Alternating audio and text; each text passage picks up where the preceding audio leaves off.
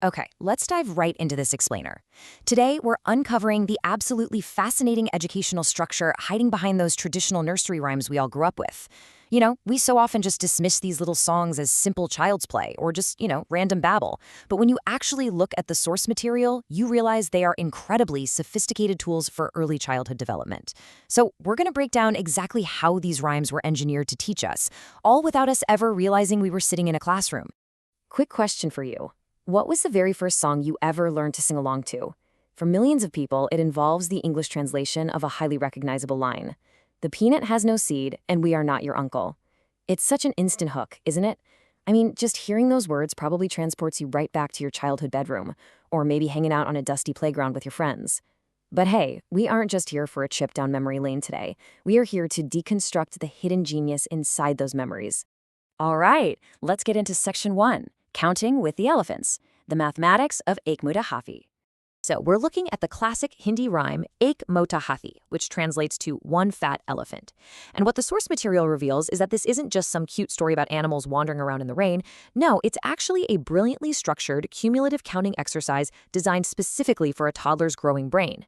The poem uses escalating comedic stakes to teach kids the numbers 1 through 5. It doesn't just dryly list the numbers out, it creates this highly visual, increasingly absurd scenario.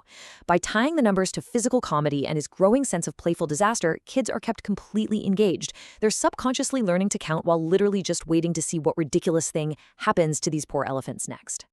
Let's actually walk through this perilous journey step by step, because the escalating crisis here is just too good. Step 1. One elephant is simply stuck in the rain. Okay, pretty normal. So he calls a friend. Step 2. Now 2 giant animals are stuck in a narrow path. Naturally, they call a third. Step 3.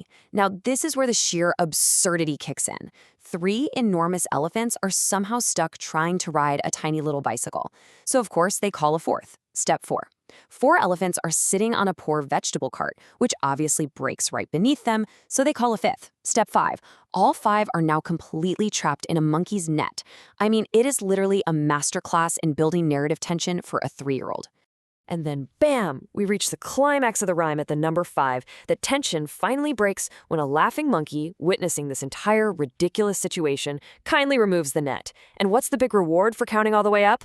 All 5 elephants joyfully dance and sway together. This perfectly resolves the story, cements the number 5 in the kid's mind, and introduces a fun physical motor skill activity, dancing, to just perfectly close out the lesson. Moving on to section 2, Rhythm over Logic. The surrealism of Upar Punkha Chalta Hai.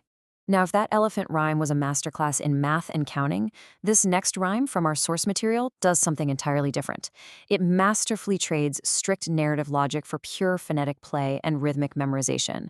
The source actually gives us 2 distinct versions of the sleepy child resting below the spinning fan, and it's super fun to delightfully contrast them. On the one side, we have Ajay. Ajay sleeps, wakes up hungry, and brings his own peanuts. Pretty independent guy. But on the other side, we have Muni. Muni sleeps, wakes up hungry, and Vijay acts as her own personal peanut delivery service, bringing the snack right to her. So it's a slightly different experience, right? But the rhythm remains absolutely identical, setting up the exact same surreal punchline. And this brilliantly illustrates the dreamlike progression of the rhyme. You start with finding empty peanuts. Then, somehow, finding a peanut without a seed completely naturally leads to an uncle who just happens to live in the city of Kota. Then, this uncle buys a parrot, and finally, the parrot eats the seed and sings a song to the uncle.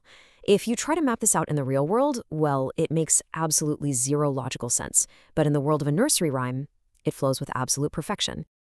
So, the absolutely crucial point here is understanding this concept called phonetic play. It's all about stringing together entirely unrelated concepts like peanuts and an uncle in coda, primarily to establish a relentless, catchy rhythm. For early cognitive development, the exact story matters way less than this rhythmic repetition. A child's brain just latches onto those bouncing sounds and rhyming words long before they ever understand the logic, and that effectively aids their memory and drastically accelerates early language acquisition. Which brings us to section 3, From Rhymes to Digital Apps, the EdTech Frontier. We've spent some time looking at the rich oral tradition of these rhymes, but now we're transitioning into interactive digital ecosystems. And what's wild is that these exact same foundational learning concepts are finding a brand new home here. When we break down the apples and bananas app promo from our source material, we see exactly how modern gamified learning directly builds upon those traditional counting and language skills we were just talking about. The app still heavily features stories and songs, just like the spinning fan and the dancing elephants, but now they're paired with interactive puzzles and games. Kids are explicitly prompted to learn English, practice math, and explore colors. The educational core is identical, it's just the tools that are entirely digital now. When we visualize this overarching evolution of play, a really clear path emerges.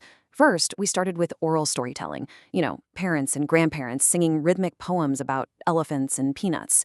Then, that naturally integrated with physical play, kids swaying like elephants or pointing up at the ceiling fan. And now we've reached gamified learning. We've evolved from sung poems to app-based puzzles and digital math games that respond directly to a child's touch. And that leads us to our final section, the future of learning. Where do we go from here? When we look at the big picture, the core goals of early childhood education, language acquisition, basic math, motor skills, they remain completely constant. Even as the delivery method entirely shifts from a grandparent's voice to a glowing tablet screen, the human brain still learns the exact same way.